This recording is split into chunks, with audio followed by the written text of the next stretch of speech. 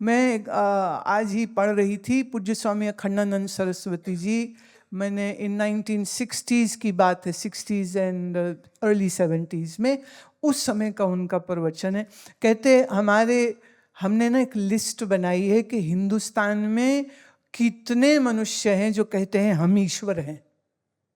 वो उस समय 150 निकले थे। अब वो 150 में से तो एक भी नहीं जिंदा बचा, सारे मर गए। जो खुद को ईश्वर कह रहे थे, जो दूसरों का दुख दूर करने का दावा कर रहे थे, जो दूसरों के रोग दूर करने का दावा कर रहे थे, वो खुद ही बुढ़ापे और बीमारियों से मर गए। वेदांत शरीर को ईश्वर नहीं कहता, पर शरीर होगा तो ज्ञान सुनोगे ना। जैसे गहरी नींद में मैं क्या हूं, मैं कौन हूं, दोनों चीजें नहीं रहती हैं, मन लीन होता है निद्रा में। इसी तरह जब आपका मन अज्ञान में रहता है, तहाँ उस समय पर उसके अज्ञान की प्रतीति भी उसको नहीं होती है। ये तो जब मन और शरीर मिलते हैं और मैं हूं ये भाव आता है, और पर चक्कर ये है, जैसे ही शरीर और मन और प्राण आपस में मिले तो जीव की मैं हूं की भावना बनी। बस ये जोड़ जुड़ते ही मन बना है माया से, तो माया से भरा हुआ मन तो अज्ञान के साथी है ना, तो उसको नहीं पता, वो भूल जाता है अपना सब कुछ, अपनी आइडेंटिटी, अपनी पहचान, अपनी असलियत। इसलिए देह में आते ही जीव अज्ञान का ही अनुभव करता है, और अपने इस अज्ञान की निवृत्ति करने के लिए हमको श्रवण करने की जरूरत है। तो मतलब कान भी हो, समझने सोचने वाला दिमाग भी हो, और समझाने वाला गुरु भी हो।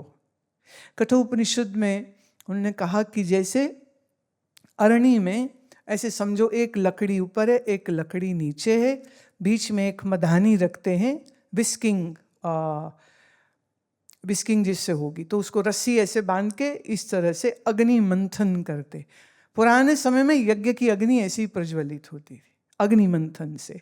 और बहुत देर तक जब ऐसे उसको रगड़ा जाता था, रस्सी को ऐसे खींचा जाता था, इस विस्किंग के होने से एक बिल्कुल छोटा सा पतला सा सूखी घास या रुई का टुकड़ा रखते थे, एक चिंगारी जहाँ फूटी तो उसको संभाल लेते थे, और फिर ये यज्ञ कुंड में अग्नि का काम करती थी। फिर छोटी छोटी लकड़ी, फिर समिधा, फिर घी, ये डाल के एक बड़ी अग्नि कुंड में बन जाती थी।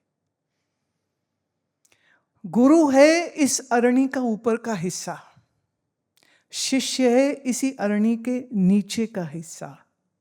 तो ज्ञान की मधानी जब मथी जाती है तो फिर प्रज्ञा की चिंगारी का जन्म होता है,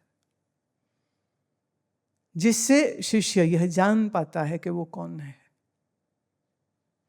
शिष्य फिर ये भी समझ पाता है कि जो मैं हूं वही गुरु है, और जो मैं और गुरु हूं वही परमात्मा है। तो अयम आत्मा ब्रह्म का बोध होता है।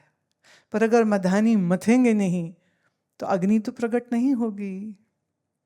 इसी तरह शिष्य के कान है, गुरु की जीभा है, गुरु का बोध ज्ञान है, शिष्य के अंदर जानने की इच्छा है।